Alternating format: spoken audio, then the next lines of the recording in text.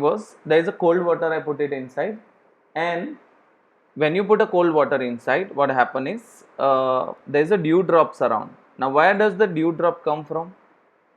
What happen is, see, there is a air around the water. So if you see, there is everywhere the air is here, right? So what happen is, the water doesn't comes outside from inside the glass. No, the water doesn't come from there. What happen is, the air which is in touch with a glass, this air absorb the heat, right? This air absorb the, not heat, sorry, the air here, air, this air get cold. Why that it become cold? Because it is in touch with this surface, and the surface is cold. So what happen is, the glass absorb the hotness of the air, and the air become cold. The air becomes so much cold that the gaseous form is converted into water vapor. So the water doesn't comes out of the glass. The water doesn't comes out of the glass. The air which is outside the glass, it become cold and it convert into vapor. Exactly, yes, right? Same thing happen when you cook. Remember when your mother put something on a gas stove and you put a vessel on the top of it. If you put a vessel, you see a dew drops on it. Now where does this drops comes from, right? If you put a vessel, right, and your dew drops comes where? The air which goes up as a vapor get cooled and get stuck as in a vapor. So that is what happened, and that is how you feel colder, right? Let me show you. See, in an open vessel, the liquid kept on evaporating. The particles of the liquid absorb energy from the surrounding, exactly, to regain the energy lost during evaporation, and this absorption from the surrounding make the surrounding cold. Yes, so that is the reason what happen is, when there is a greenery or a hill station, even though during hot summer you feel cold over there. Why? Because of this process. So see what happens when you pour some acetone on your, remember the acetone is like a nail remover. When you put that acetone on your, or you say petrol, when you touch those things you feel little cold. Now why do you feel cold is, when you put it on your hand, what happen is, it absorb the heat of your hand at that place. So your hand at that portion, at that part where the acetone is touched or the petrol is touched, it absorb your heat and it evaporate, and the substance get evaporate. So acetone absorbed it and evaporate. So it absorb your body heat at that place, and that's why at that particular place you feel cold. The same thing happen when you put a cube of ice on your palm. You think it is cold, right? Why does it happen? Because the ice absorb the heat from your palm, and at that portion will become colder and colder, and it becomes so much cold sometimes that it becomes numb. Numb means you cannot feel anything at that place because even your senses get deactivated. Okay, so that's the same thing happen. Evaporation is everywhere. Wherever it absorb heat, that portion it makes it cold. Simple. So even when you see, when a hot sunny day, you people sprinkle water on the roof or in the area in front of the house. What happen?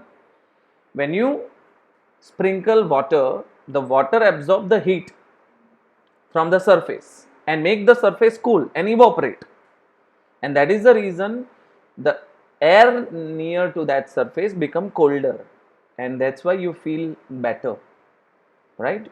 I'm sure you must be doing during this time. Even we wear clothes, cotton clothes in summer. You know why we wear cotton clothes? Cotton clothes get, see, when you wear cotton clothes, the cottons are the good absorber of sweat. So the first of all, the cotton clothes are attached with your body. When your body sweat, the cotton could absorb that perspiration, means the water, and as it has a little pore, the cotton clothes have pores, so the air can easily go inside outside.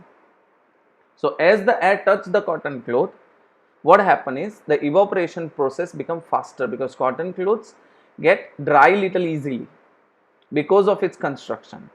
So the air takes the water vapor, and see, air takes the water vapor from cloth, cotton cloth, and cotton, so it makes the cotton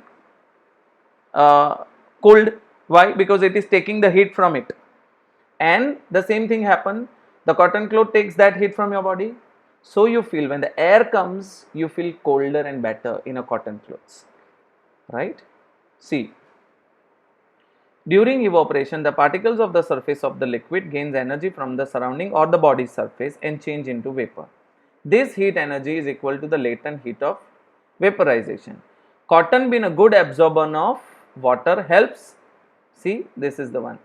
Cotton being a good absorber of water helps in absorbing the sweat and exposing to the atmosphere for the easy evaporation. That's why we prefer cotton clothes. The same thing I told you.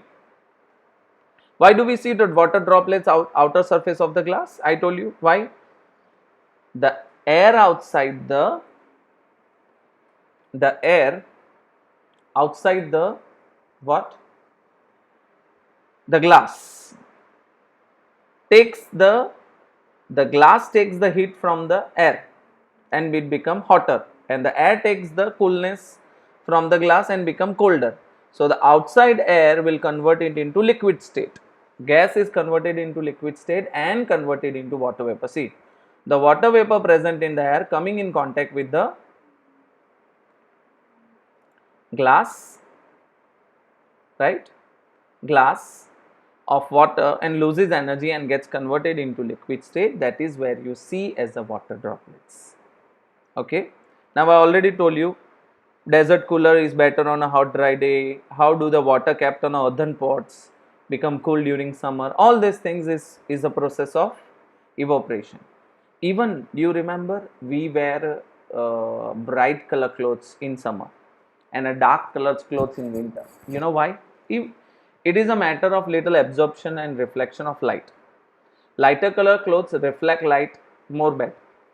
So whatever the light come, it get reflected. That's why our clothes will not get heated, while the darker color clothes will happen in the same. Now,